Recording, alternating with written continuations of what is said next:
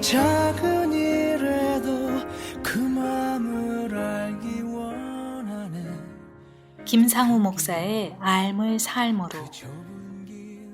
이 땅에서 천국을 사는 거룩한 백성을 섬기는 동해 성민교회 김상우 목사입니다. 오늘은 시험을 만났습니까? 연단받을 기회입니다. 라는 주제로 말씀드리겠습니다.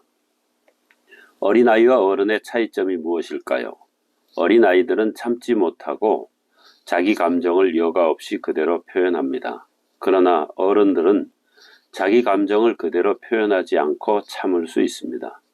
신앙생활도 마찬가지입니다. 성숙한 그리스도인과 성숙하지 못한 그리스도인의 차이는 참느냐 못 참느냐로 알 수 있습니다. 성숙한 그리스도인이 되기 위하여 반드시 겪어야 할 일이 있습니다. 그것이 바로 시험입니다.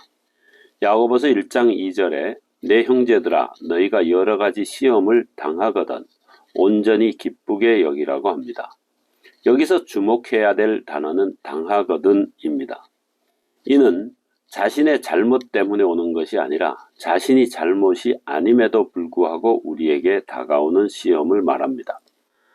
다윗이 우리아의 아내 밧세바와 간음한 것은 자신의 정욕에 빠진 것이지 결코 시험 당한 것이 아닙니다. 그러나 아브라함이 모리아산에서 내 아들 내 사랑하는 독자 이삭을 번제로 바치라는 것은 하나님의 시험을 당한 것입니다. 그래서 야고보는 이런 시험을 믿음의 시련이라고 하면서 온전히 기쁘게 여기라고 합니다. 예수님은 신앙생활을 바르게 하면 평탄하고 형통하고 칭찬과 영광만 받는 것이 아니라 박해라는 시험도 받을 것이라고 했습니다. 그래서 베드로는 믿음의 시련을 불시험이라고 하면서 이상한 일 당하는 것처럼 이상히 여기지 말고 온전히 기쁘게 여기라고 합니다. 하나님께서 우리에게 이러한 믿음의 시련을 주시는 목적이 무엇일까요? 넘어뜨리기 위한 것이 아니라 한 단계 업그레이드 시키기 위한 것입니다.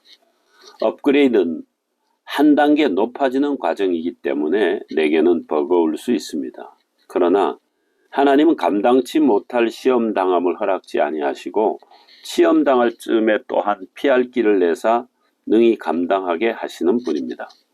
그래서 욥기 23장 10절에 욥은 내가 가는 길을 그가 아시나니 그가 나를 단련한 후에는 내가 순금같이 되어 나오리라고 했습니다. 시험을 받을 때에 가장 조심해야 할 것이 있습니다. 바로 아무 말도 하지 말고 참고 묵묵히 기다리는 것입니다. 대부분 영화나 드라마를 보면 주인공은 항상 착하고 좋은 사람입니다.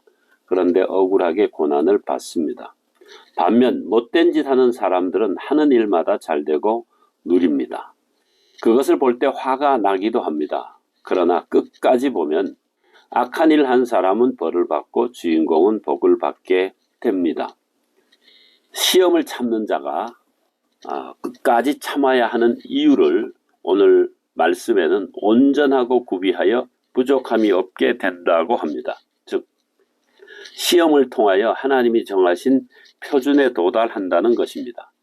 다윗은 이스라엘 왕으로 온전해지기 위해서 10년이 필요하였고 아브라함은 25년, 모세는 40년 미디안 광야에서 연단을 받았습니다. 바로 그 시험을 받을 때 필요한 것이 지혜입니다. 다윗 왕이 하루는 금세공하는 사람을 불러서 나를 위하여 아름다운 반지 하나를 만들되 그 반지에는 내가 큰 승리를 거둬 기쁨을 억제하지 못할 때 그것을 조절할 수 있는 글귀를 새기도록 하라고 하고 하지만 내가 큰 절망에 빠졌을 때 용기를 함께 줄 수 있는 글귀여야 한다고 했습니다. 금세공인은 왕의 명령대로 아름다운 반지를 만들었지만 그 반지에 어떤 말을 써야 할지 몰라 고민에 빠지고 말았습니다. 그래서 당시 지혜롭다고 소문난 솔로몬 왕자를 찾아가서 도움을 청했습니다.